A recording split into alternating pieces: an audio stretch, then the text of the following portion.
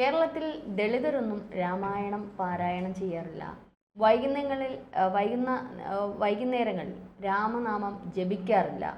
8-ാം നൂറ്റാണ്ട് മുതൽ രാമായണം വായിച്ച ഒരു തെളിവ് പോലും ഇല്ല എന്നുള്ള തരത്തിലുള്ള നിരവധി പരാമർശങ്ങളാണ് രാമായണവുമായി ബന്ധപ്പെട്ട കാര്യങ്ങൾ നടത്തിയത്. ഇപ്പോൾ ഡോക്ടർ TS ശ്യാംകുമാറാണ് ഇത്തരത്തിലുള്ള പരാമർശങ്ങൾ നടത്തുന്നത്.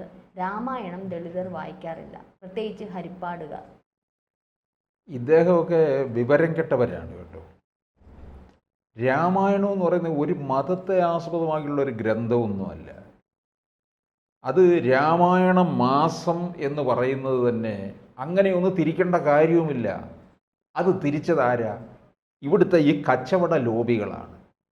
അപ്പോൾ ഇനിയിപ്പോൾ 30 ദിവസം രാമായണം വായിക്കേണ്ട നാളുകളാണ് എന്നൊക്കെ പറഞ്ഞ് ആവശ്യമില്ലാത്ത ഒരു പ്രചാരം കൊടുത്തു കഴിഞ്ഞ് ഈ പുസ്തകത്തിന് വലിയ മാർക്കറ്റ് കിട്ടുന്നു.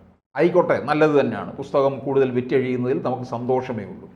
ഈ എന്തോ ഒരു അക്ഷയ തൃതീയ എന്നും പറഞ്ഞൊരെണ്ണം ഉണ്ടല്ലോ. ഈ സ്വർണ്ണ കച്ചവടക്കാരന്മാർ കാണിക്കുന്ന തട്ടിപ്പ് നമുക്കറിയാവുന്നതല്ലേ.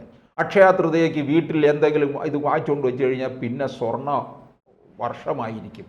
എന്തൊരു ഭോഷ്ക് തരമാണ് പറയുന്നത്. മഹാമണ്ടത്തരമല്ലേ എഴുന്നള്ളിക്കുന്നത്. ദളിതർ രാമായണം വായിക്കാറില്ല എന്ന് പറയുന്ന TS ശ്യാംകുമാർ പറയുന്നതിനോട് എന്താണ്? കാരണം ഞാൻ കേട്ടിട്ടോ, പണ്ട് ഈ കൊയ്ത്ത് നടത്തുന്ന സമയത്തും അല്ലാത്തപ്പോഴും ഒക്കെ ഈ പാടുന്ന രീതിയിൽ എനിക്ക് കൃത്യമായിട്ട് അറിയില്ല. എൻ്റെ അടുത്ത് ഒരാൾ പറഞ്ഞതാണ് എനിക്ക്, എന്തോ രാമനും സീതാദേവിയും ഇങ്ങനെയൊക്കെ പറഞ്ഞ ആ ഒരു ചൊൽപ്പാട്ട് പോലെ പാടുമായിരുന്നു. അതും ഒരു രാമായണ പാരായണം തന്നെയാണ്. പല രീതിയിലാണല്ലോ പാരായണം ചെയ്യുന്നത്. അപ്പോൾ ഇത്തരത്തിൽ രാമനെ ആരാധിക്കാറില്ല, രാമനാമം ജപിക്കാറില്ല, പ്രത്യേകിച്ച് ദളിതർ അങ്ങനെ ചെയ്യാറില്ല എന്ന് ഇദ്ദേഹം പറയുന്നതിനോ എന്താണ് ഇത്തരത്തിൽ പറയുക? മാത്രമല്ല അദ്ദേഹം ആ രാമായണത്തിൻ്റെ ഒരു ഏടുകൾ എടുത്ത് കുറച്ച് കാര്യങ്ങളും കൂടെ അദ്ദേഹം പറയുന്നുണ്ട്. ബ്രാഹ്മണരുടെ കാൽ കീഴിലെ പൊടി എന്ന് ശുദ്ധീകരിക്കുക, പൊടിയാണ് എന്നിൽ ശുദ്ധീകരിക്കുക എന്നുള്ളത് അവിടെ എഴുത്തച്ഛൻ എഴുതിയിട്ടുണ്ട്. അല്ലെങ്കിൽ ആ രാമായണത്തിൽ ഇങ്ങനെ വിമർശിച്ചിരിക്കുന്നു. അപ്പോൾ ബ്രാഹ്മണരുടെ കാൽക്കീഴിലെ പൊടിയാണോ എടുത്ത് എന്നിൽ ശുദ്ധീകരിക്കേണ്ടത് എന്നൊക്കെ തരത്തിൽ അതിൽ ഓരോ വരികളും എടുത്ത് ഇദ്ദേഹം വിഷം തുപ്പി മറ്റുള്ളവരിലേക്ക്, ശരിക്കും പറഞ്ഞാൽ ദളിത് സമൂഹത്തിൽ കൂടി വിഷം തുപ്പി ആ വിശ്വാസത്തിനെ എതിർത്തുകൊണ്ട് ഇത്തരത്തിൽ ഇങ്ങനെ പ്രയോഗങ്ങൾ നടത്തുന്ന ഇദ്ദേഹത്തിന് മനസ്സിലാക്കേണ്ടുന്ന ഒരു കാര്യമുണ്ട്. രാമായണം എഴുതിയത് എഴുത്തച്ഛൻ എന്നതിലപ്പുറം വാൽമീകി എന്ന് പറയുന്ന ഒരു വേടനാണ്, ഒരു താഴ്ന്ന ജാതിയിലുള്ള ഒരു വ്യക്തിയാണെന്നുള്ളത് അദ്ദേഹം വിസ്മരിച്ചു പോകുകയാണ്. ഈ രാമനെ ആരാധിക്കുകയോ ഇല്ലയോ അതെന്തെങ്കിലും ആയിക്കൊള്ളട്ടെ, അതിൽ നമ്മൾ ഇടപെടുന്നില്ല. അത് ഓരോരുത്തരുടെ ഇഷ്ടമാണ്. രാമനെ ആരാധിക്കുക, ഹനുമാനെ ആരാധിക്കുക, അല്ലെങ്കിൽ അയ്യപ്പനെ ആരാധിക്കുക, അതിലൊന്നും നമ്മൾ ചോദ്യം ചെയ്യുന്നില്ല.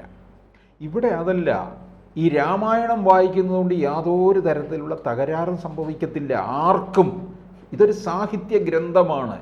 ഇതിനകത്ത് ഇത്രയും വലിയൊരു പദാവലിയുള്ള വെക്കാബുലറിയുള്ള ഒരു ഗ്രന്ഥം എനിക്ക് തോന്നുന്നു ലോകത്ത് വേറെ തന്നെ ഉണ്ടോ എന്ന് സംശയമാണ്. നമ്മൾ മലയാളികൾ ഉപയോഗിക്കുന്നത് എഴുത്തച്ഛൻ്റെ രാമായണമാണ്. വാൽമീകിയുടെ രാമായണം അത് വിവിധ ഭാഷകളിലേക്ക് പരിഭാഷപ്പെടുത്തിയിട്ടുണ്ട്. എഴുത്തച്ഛനാണ്. എഴുത്തച്ഛൻ എന്ന് പറയുന്നത് മലയാള ഭാഷയുടെ പിതാവാണ്. എഴുത്തിൻ്റെ അച്ഛൻ തന്നെയാണ്. ആ പേര് കറക്റ്റാണ്. എഴുത്തിൻ്റെ അച്ഛനാണ്. ആ എഴുത്തിൻ്റെ അച്ഛൻ നൽകിയ രാമായണം അത് എത്ര സംക്ഷിപ്തമായിട്ട് കാര്യങ്ങൾ പറഞ്ഞൊതുക്കിയിരിക്കുന്നു. ഈ ഹരികുമാറോ ഡോക്ടറേറ്റുള്ള മനുഷ്യനല്ലേ? സാഹിത്യത്തിലാണോ ഡോക്ടറേറ്റ്? ശ്യാംകുമാർ ദളിതർക്ക് വേണ്ടിയിട്ട് വാദിക്കുന്ന ഇതെന്താണ്? ഇതൊക്കെ ഇത് സഖാവാണ്. ഇത് ഇവരുടെ ഒരുതരം കോംപ്ലക്സ് ആണ്. ദളിതനാണ്, എന്ത് ദളിതൻ, അങ്ങനെയൊന്നുമില്ല. ഈ ദളിതർ തന്നെ ഇവർ തന്നെയാണ് ഇങ്ങനെയൊക്കെ ഇതിനെ ബൂസ്റ്റ് ചെയ്ത്. ഒരു പക്ഷേ രാമായണം 8-ാം നൂറ്റാണ്ട് കാലം മുതൽ, അന്ന് സംസ്കൃതമാണ്, സംസ്കൃത ഭാഷ ഒരു പക്ഷെ എനിക്ക് പോലും സംസ്കൃതം അറിയത്തില്ല, നമുക്കാർക്കും അങ്ങനെ അറിയില്ല. അപൂർവം ചില ഇപ്പോൾ സ്കൂളുകളിലൊക്കെ സംസ്കൃതം പഠിക്കുന്ന കുട്ടികൾക്ക് കുറേശ്ശേ അറിയാം, അല്ലാതെ നമുക്കൊന്നും അറിയത്തില്ല. അപ്പം ഇത്തരത്തിലുള്ള സംസ്കൃതം അറിയാവുന്ന ഒരു ചുരുക്കം ചില ആൾക്കാരേ ഉള്ളൂ.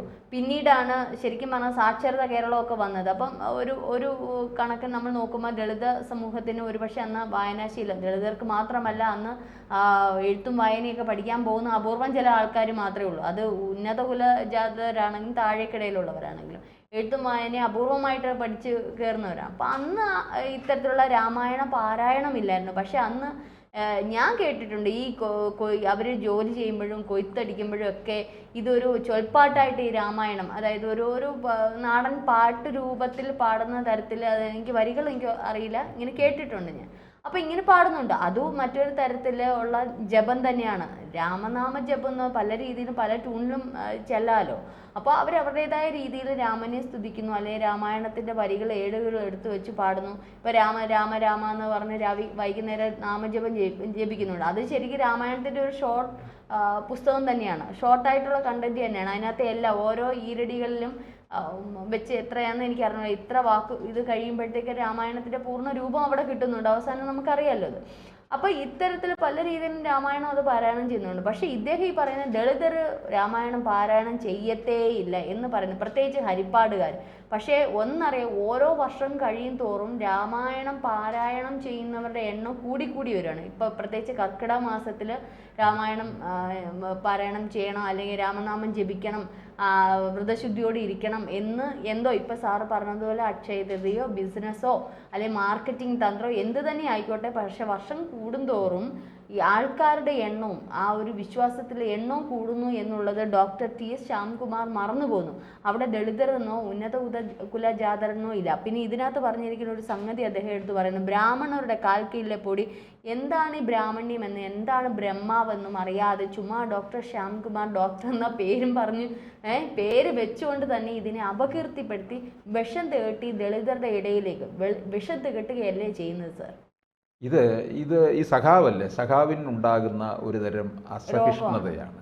ഇദ്ദേഹം ഡോക്ടറേറ്റ് ഉള്ള ആളായതുകൊണ്ട് ഞാൻ അദ്ദേഹത്തോട് പറയുകയാണ്, സാഹിത്യത്തിലാണ് ഡോക്ടറേറ്റ് എങ്കിൽ എഴുത്തച്ഛൻ്റെ രാമായണം വായിക്കുമ്പോൾ ഒരു പേജിൽ നിന്ന് കുറഞ്ഞത് ഒരു 50 പുതിയ പദങ്ങളെങ്കിലും ലഭിക്കും എന്നുള്ളതാണ്.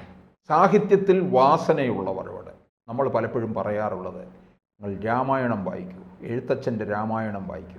ഇവിടെ എഴുത്തച്ഛൻ്റെ രാമായണം വായിക്കൂ അല്ലെങ്കിൽ രാമായണം നിത്യവും വായിക്കുന്നു എന്ന് കേട്ട് കഴിഞ്ഞാൽ ഇവിടുത്തെ കുറേ കക്ഷികളുണ്ട്, അവർ പറയും സംഘിയാണെന്ന് വേണേൽ പറയും. അങ്ങനെയുള്ളവരുണ്ട്.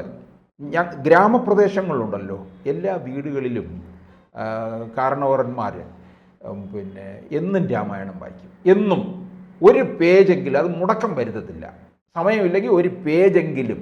നമ്മൾ ചില സമയത്തൊക്കെ ഉത്സവാന്തരീക്ഷ കാല സമയത്തൊക്കെ സെൻട്രൽ ട്രാവൻകൂറിലൂടെയൊക്കെ യാത്ര ചെയ്യുമ്പോൾ അവിടുത്തെ വീടുകളിൽ നിന്നും ക്ഷേത്രങ്ങളിൽ നിന്നൊക്കെ ഉയരുന്നത് നന്നായിട്ട് രാമായണം വായിക്കും കേട്ടോ. സ്കൂളിൽ പോയിട്ടില്ലാത്തവർ പോലും അതിഗംഭീരമായി നല്ല ഉച്ചാരണ ശുദ്ധിയോട് അതിൻ്റെ ഈണത്തിൽ ആ രാമായണം വായിക്കുന്നത് കേട്ട് കഴിഞ്ഞാൽ നമ്മൾ നിന്നു പോകും.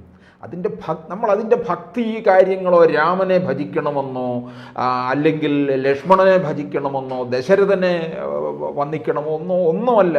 അതിൻ്റെ സാഹിത്യ ഭംഗി തന്നെ ഈ പറഞ്ഞിരിക്കുന്ന ആ പഹയനുണ്ടല്ലോ, ഒരു ഡോക്ടറേറ്റുള്ള ആ ഒരു വിഡ്ഢിയല്ലേ പറഞ്ഞിരിക്കുന്നത്, അദ്ദേഹം അത് വായിക്കണം.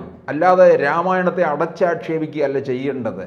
രാമായണം വായിക്കുന്നത് ആർക്കും നല്ലതാണ്. അതിനകത്ത് പിന്നെ എനിക്കറിയാവുന്ന ഒരു ക്രൈസ്തവ കുടുംബമുണ്ട്.